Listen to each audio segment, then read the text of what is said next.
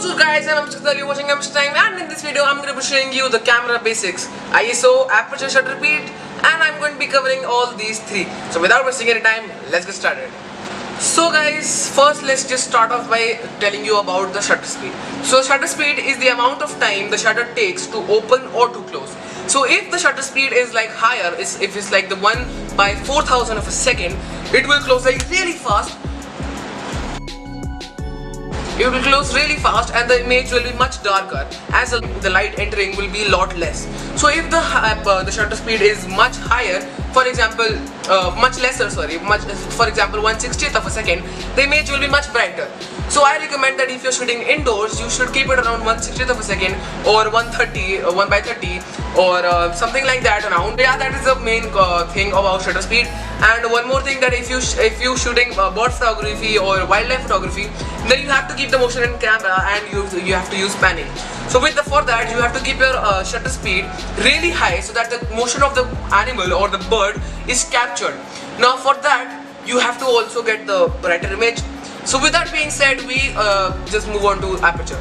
So guys, now talking about the aperture. So basically, higher the aperture number, the smaller the size of the hole of the lens, and the lower the number of the aperture, the larger the circle or the hole size of the hole.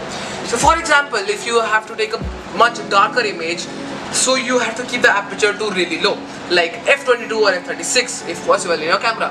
Now you have to, if you imagine the circle is like really small, so a lot less amount of light will enter. Now if your aperture is much lesser, for example 3.5 or 1.8, depends on your lens, then the size of the hole will be much larger, and this will result in a brighter image. And if you keep the aperture number higher, for example f22, f11, f36, then it would result in a darker image. Now you have to keep this in mind that you have to also take in concern the shutter speed and the aperture and the ISO, and then combine to form a perfect image.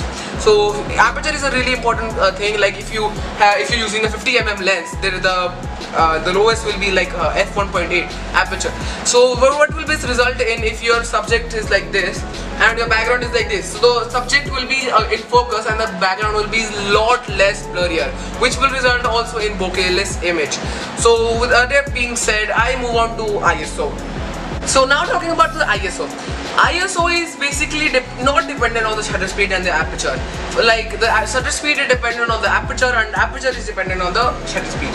Now ISO, if the ISO number is much lower, the image will be much darker, but the grains would be much lesser. Now for example, this picture has a shutter speed of about 1/60th of a second as it was taken indoor, and it has a aperture of about 3.5, and the ISO is of 100. Now it is the lowest aperture I could get. Now though, if the ISO is like lower, it will result in a darker image, but the image would be less grainier.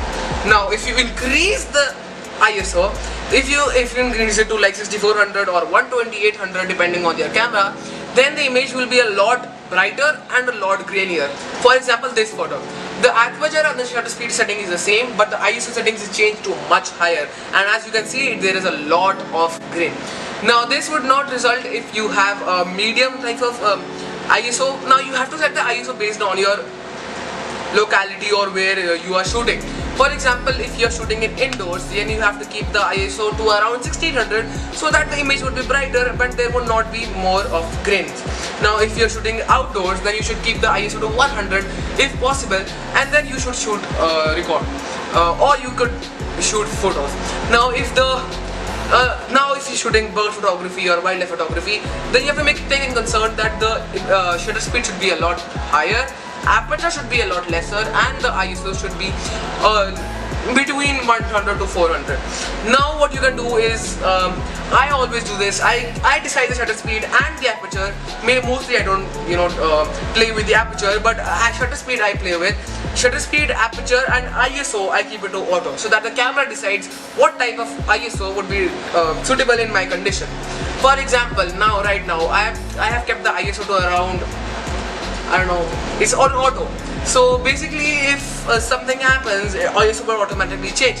Now This would result in a brighter or a darker image and a grainier and a less grainier image. So guys, this is my video. Thank you so much for watching. Hope you enjoyed. Now total recap that shutter speed is basically the amount of time the shutter takes to open or close. Aperture is the amount of the size of the hole of the lens. ISO depends on the condition. If the ISO number is lower, if the ISO number is less, the grain will be a lot less, and if the ISO number is higher, the grains will be much more.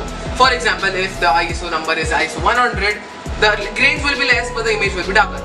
And if the ISO number is 6400, the grains will be more and the image will be brighter. So with that being said, you have to conclude all these things and mix it up till the perfect image is formed. Now for forming better images, you can also use live view shooting, which helps you to see if the image is brighter or darker. It is not called cheating in photography, but still you can do a lot of things with that. Now with that being said, I end this video. Watch my previous videos over here, subscribe to my channel over here.